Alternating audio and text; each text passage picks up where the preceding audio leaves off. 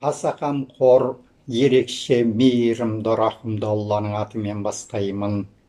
Субханаллах, альхамдулиллах, Аллаху әкбар, Аллахумма солли ва соллим аля набиинна Мухаммад. Ассаламу алейкум ва рахматуллахи ва баракатуху. Исламның ата дұшпаны, арам ниетті қаскөй Әбу Жәһилдің де барлық ой ниеті Мұхаммед саллаллаху алейхи уассаламның көзін жою еді. Ол өз қауымының ортасында Мұхаммедтің сәждедегі кезінде басын таспен езбесем, атым өшсін деп, серт беріп, көкірегін керіп, масаттанады. Мұнысына жанындағы жандай шап, мүшіріктер қолпаштай мақұлдап, арқа-жарқа болады. Ертеңіне Әбу Жәһил өзі зорға көтеретін тасты құшақтап, мешітке кіреді де, қалтарыста тұрып, оңтайлы сәтті күтеді. Ардақты пайғамбарымыз Мұхаммед саллаллаху алейхи уассалам келіп, сәждеге жығылған мезетте аңдып тұрған Әбу Жәһил Алла елшісінің жанына таяп, тасты бар пәрменімен көтеріп тастамақшы болғанында, сол күйі қимылдамастан ескерткіштей қатып қалады. Сөйтіп пайғамбар саллаллаху алейхи уассалам намазын асықпай оқып бітіргенде ғана қайтадан өз қалпына келеді.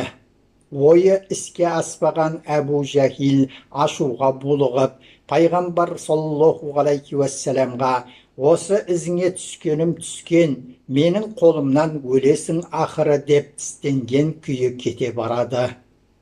Жүрген жерінде пайғамбарды жамандаумен жүрген Әбу Жәһил тағы бір жолы қасындағыларға: «Мұхаммедті сәждеде көрсем, мойнын аяғыммен езіп, желкесін қиямын» деп лепіреді. Сол кезде Мұхаммед саллаллаху алейхи уассалам мешітке келіп қалады. Намаз оқып, сәждеге жығылады.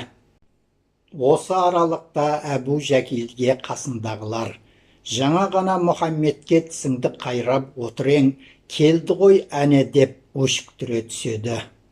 Сол сәт Әбу Жәһил мысқылдай күліп, жымысқылана пайғамбарымызға саллаллаху алейхи уассаламға қарай 2 қадам аттайды да, түрі бұзылып, өңі сұрланып, қызарып, кері бұрылады.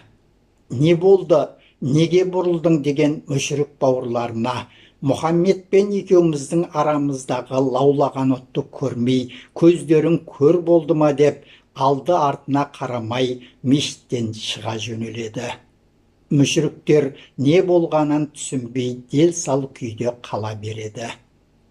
Алла тағала өзінің құлы, әрі елшісі болған ардақты пайғамбарымызды саллаллаху алейхи уассаламды қорғауына алып, Әбу Жәһилге ғибрат ретінде тозақтың отын көрсетіп, зәресін алды.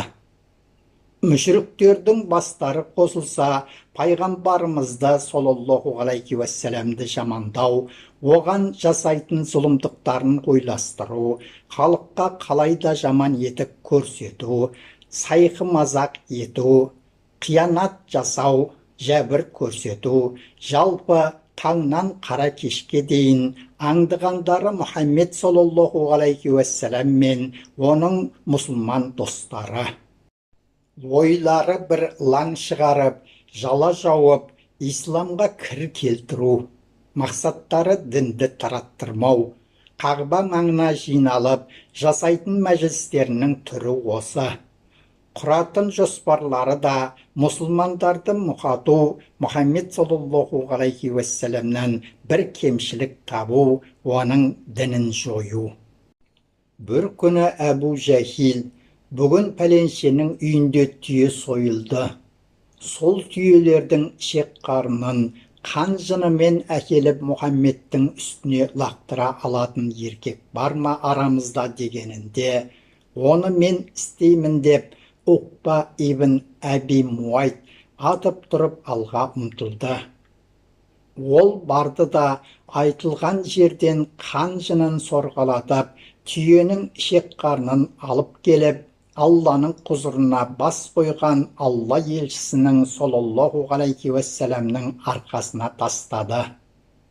Мұны көріп, қызықтап отырған мүшіріктер қарқылдаса күлісіп, мәз болып рахаттанды. Жан-жағына қаумалай жиналып, ыржың-ыржың күлісіп, мазақтап масаттанды.